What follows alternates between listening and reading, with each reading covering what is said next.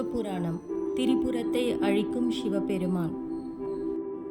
திரிபுர பட்டணங்களில் அழிவு என்பது 1000 ஆண்டுகளுக்கு ஒருமுறை என்றும் 3 பட்டணங்கள் ஒன்றிணையும் போதும் அதுவும் ஒரே பானத்தால் தான் அழிக்க வேண்டும் என்னும் வரத்தினை பெற்றுள்ளோம் என்று ஆணவம் கொண்டனர்.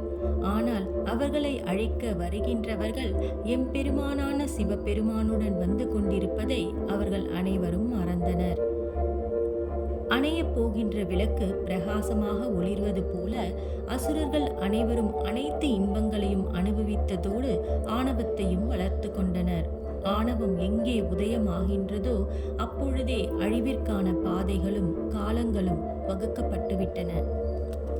செய்கின்ற வினையின் பலனை அனுபவிக்காமல் எவரும் என் நிலையானாலும் தப்பிக்க இயலாது.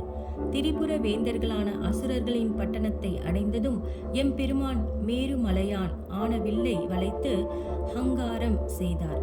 சிவபெருமானின் ஹங்கார ஒளியில் இந்த பிரபஞ்சமும் அண்ட சராசரங்களும் ஒடுங்கி நின்றன.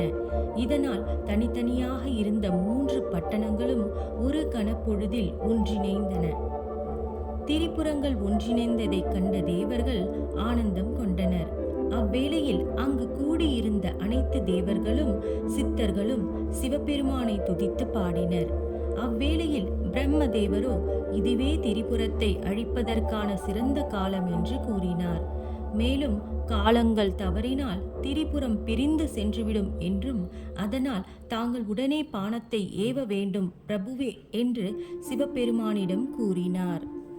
பின் சிவபெருமான் தன் கரங்களால் பானத்தை வைத்து திரிபுரத்தை அழிக்க ஆயத்தமானார். 3 பட்டணங்கள் ஒன்றிணைவதை சற்றும் எதிர்பார்க்காத அசுரர்கள் என்ன செய்வது என்று அறியாமல் தன் எதிரிகளான தேவர்களையும் அவர்களுடன் இருக்கும் பரம்பொருளான சிவபெருமானையும் தாக்க ஆரம்பித்தனர்.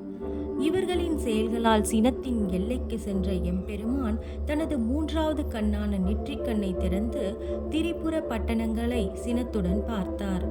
அவருடைய பார்வையில் இருந்து வெளிவந்த கட்டுக்கடங்காத நெருப்பு சுவாலையால் திரிபுர நகரங்கள் யாவும் எரிந்தன.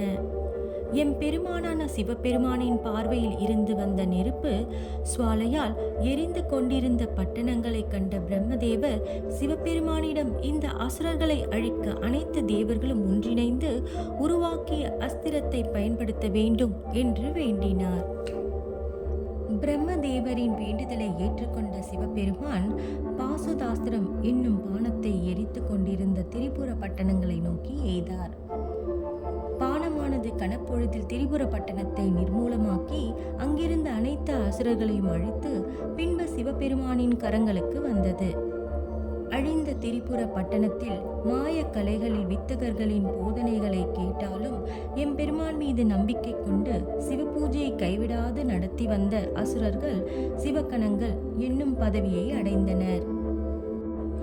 ஆனால் சிவபெருமானின் நெற்றிக் கண்ணானது அனல்விடும் சுவாலையுடன் திறந்த நிலையிலும் மிகவும் உக்கிரமாகவும் இருந்தது.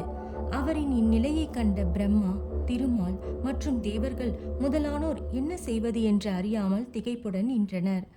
அவரை சாந்தம் கொள்ள தோத்திரம் செய்து அவரவர்கள் தனித்தனியாக அவரிடம் பணிந்து என் நிலையிலும் சிவசிந்தனையுடன் இருக்க வேண்டும் என்று வேண்டி நின்றனர்.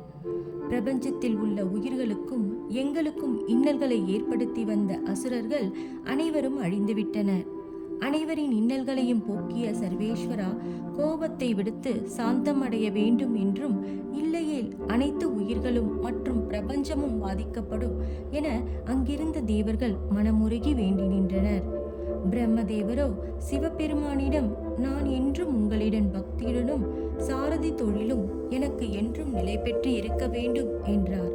மேலும் திருமாலும் சிவபெருமானிடம் உங்களிடம் நான் என்றும் பக்தியுடையவராக இருக்க வேண்டும் என்று வேண்டினார். ஓம் நம சிவாய.